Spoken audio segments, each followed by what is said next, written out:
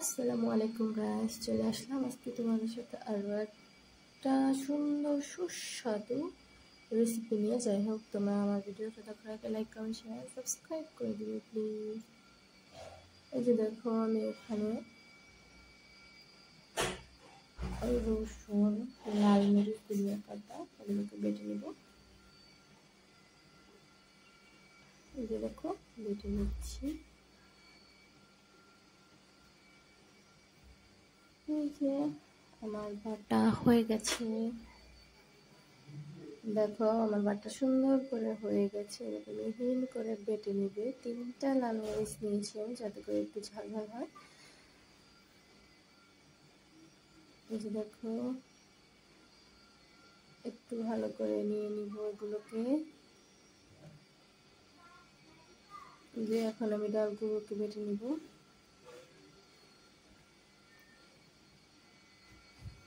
এই যে দেখো, আমি ডালগুলোকে এখন ভালো করে বেটে নেব।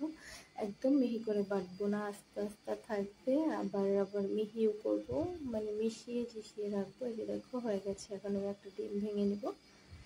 এই যে দেখো, আমি ডিম ভেঙে নিলাম। এখন এগুলোর ভিতরে কিছু উপকরণ দিয়ে দিব, মশলা, যেরকম লবণ, স্বাদ মতো লবণ, তারপরে হচ্ছে গিয়ে মরিচ, লাল মরিচ, তারপরে হচ্ছে জিরা, ধনিয়ার গুঁড়া, তারপরে হচ্ছে গিয়ে হলুদ।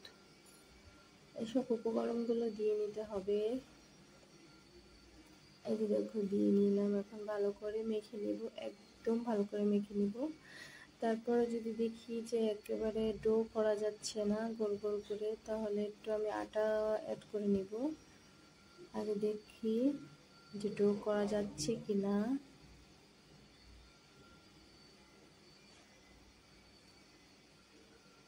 এই যে দেখো, আমি মেখে নিয়েছি। এখন ট্রাই করে নেব।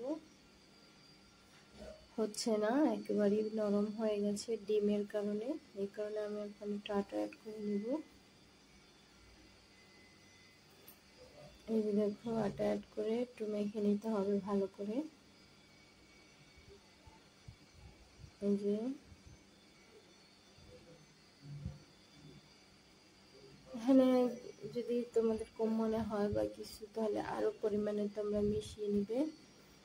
এখানে আটায় কোনো সমস্যা হবে না, আরও ভালো হবে। ভাজা ভাজা হলে ভাজতে যে সময় যাবে দেখবে খুব সুন্দর হয়েছে, মুচমুচে হয়েছে। এই দেখো, এখন সুন্দর একটা ডো হচ্ছে।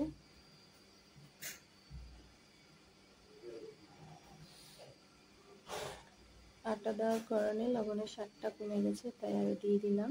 এই যে দেখো, এখন আমি কড়াই বসিয়ে দিয়েছি। তেল দিয়ে দিব, বেশি করে তেলে দিয়ে দিব, যাতে ভাজা ভাজা করে ভাজা যায় আর কি। এই যে এগুলোকে এখন আমি দিয়ে দিব।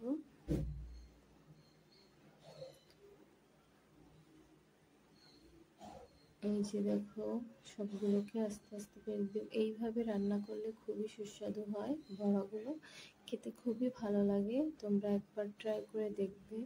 এখানে আমি অনেক পরিমাণে ধনিয়া পাতা দিয়েছি। ওকে গাইস, এই যে দেখো, তেলটা অনেক গরম হয়ে গিয়েছে, আর এগুলো এখন একটা ভাজা ভাজা ভাব হয়ে এসেছে। নিচটা একদম আরো হবে, কারণ আমি জিনিসটাকে একেবারে কড়া কড়া করে ভাজবো, তাই মিডিয়াম আঁচে রেখেছি। যে দেখো, এখন আমি উল্টে নিচ্ছি। উল্টে নিতে হবে ভালো করে। যে দেখো, আমি এগুলোকে উল্টে নিচ্ছি। উল্টে আবার মানে ভালো করে ভেজে নিব আস্তে আস্তে করে, যাতে করে পুড়ে না যায়। যাই হোক, এই যে দেখো, আবার আমি মাঝখান থেকে একটু কেটে কেটে নিচ্ছি, যাতে করে মাঝখানে কাঁচা না থাকে। এভাবে করে কেটে নিলে মাঝখানটা কাঁচা থাকে না। এই টেকনিকটাও একটা খুব ভালো টেকনিক, শিখে নিতে পারো। এইভাবে আসলে বড়া খাওয়ার মানে ভাত দিয়ে গরম গরম ভাতে খেতে খুবই মজা লাগে, খুবই সুস্বাদু লাগে। যাই হোক, এই যে দেখো, আমার ভাজা এপাটও হয়ে গেছে, একেবারে শক্ত শক্ত হয়ে গেছে যে এগুলো। এখন আমি উঠিয়ে নিব এগুলোকে। এই যে দেখো, উঠিয়ে নিয়েছি। আর ধাপ দিয়ে দিয়েছি, এগুলোকেও ভেজে নিব। যাই হোক, এই যে দেখো আমার এগুলোকেও ভাজা হয়ে গেছে, অনেকটাই স্কিপ করে দিয়েছি। এই যে দেখো এগুলো আমি মাঝখান থেকে কেটে কেটে নিচ্ছি। ওকে গাইস, তোমরা সবাই ভালো থাকবে, সুস্থ থাকবে, আমার জন্য দোয়া করবে, আমার চ্যানেলটাকে একটু সাপোর্ট করবে। আর তোমাদের জন্য দোয়া রইল। এই যে দেখো ভেঙে খেয়েও দেখাচ্ছি তোমাদেরকে, ভেঙে দেখাচ্ছি কত সুন্দর হচ্ছে। Okay guys, tata.